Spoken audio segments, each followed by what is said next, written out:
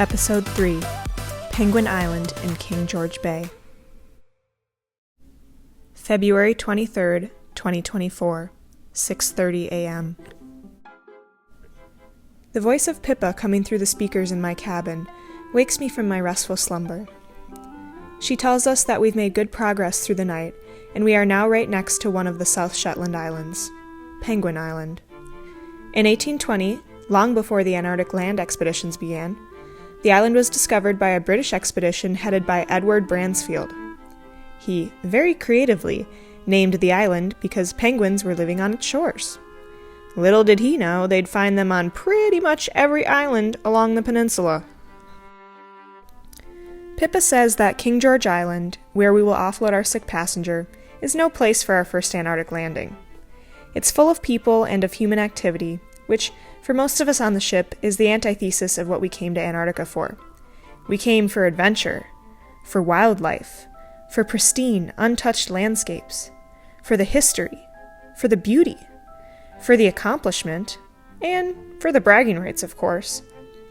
Instead, we will see Penguin Island this morning, Antarctica, the way we always pictured it, before heading to King George in the afternoon. The staff split us into two groups, orange and blue, for the duration of the expedition. During outings, the groups will switch off between landing and Zodiac cruising to ensure there are never too many people in one spot. I'm paired with Judy in the orange group, so we start the long process of suiting up in preparation for our first landing. Base layers, insulating layers, socks, neck gaiter, waterproof outerwear, boots, hats, and gloves, and finally, the pesky life jackets. Have you ever tried putting on a life jacket with crotch straps when you are twice the size of your normal self with all those layers on? Good luck!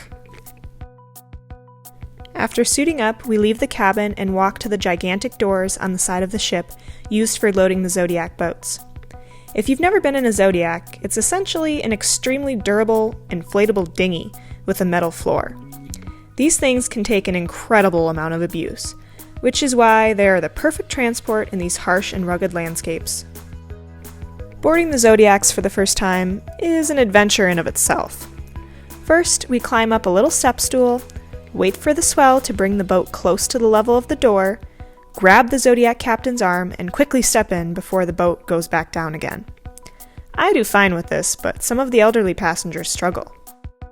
Once on the Zodiacs, we motor quickly to the rocky shores of Penguin Island. I swing my legs over the Zodiac and splash my boots down onto the pebbled seabed. As I emerge from the water, the gravity of the moment hits me. I am taking my first steps in Antarctica, my dream coming true in real time. I take out my camera and start the journey of a lifetime.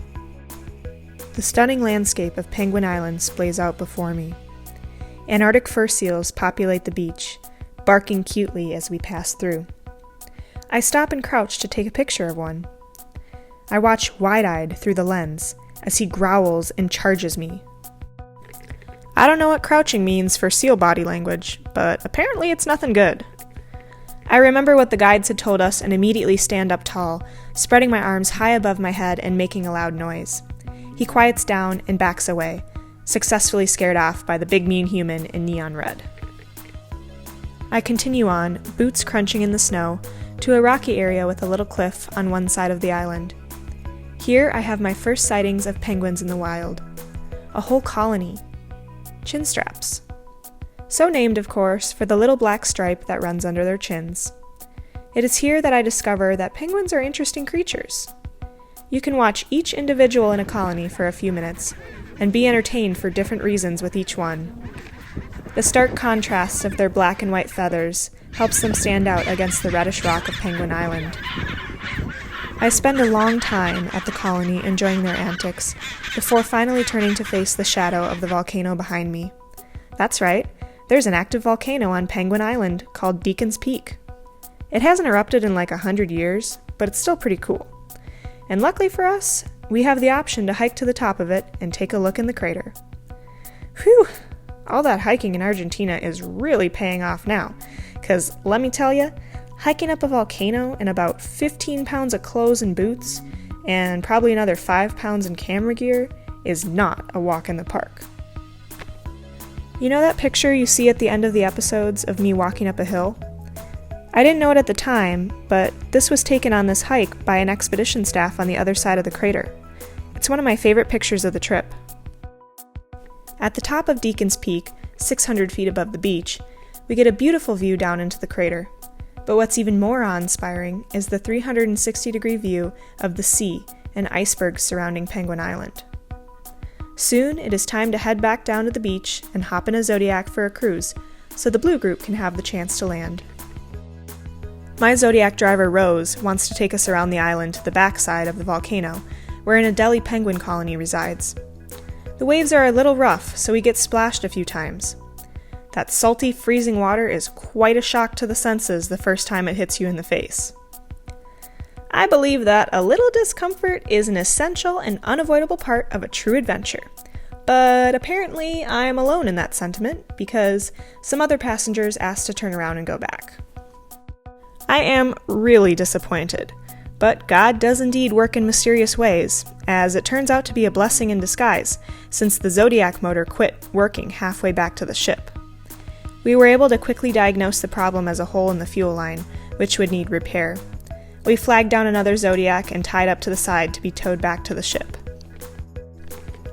Unfortunately for me, I neglect to realize that my seat on the side hooked to the other Zodiac is the hot seat. Or in this case, the cold seat, since the two boats hitting each other every few seconds sends geysers of frigid seawater up into the air.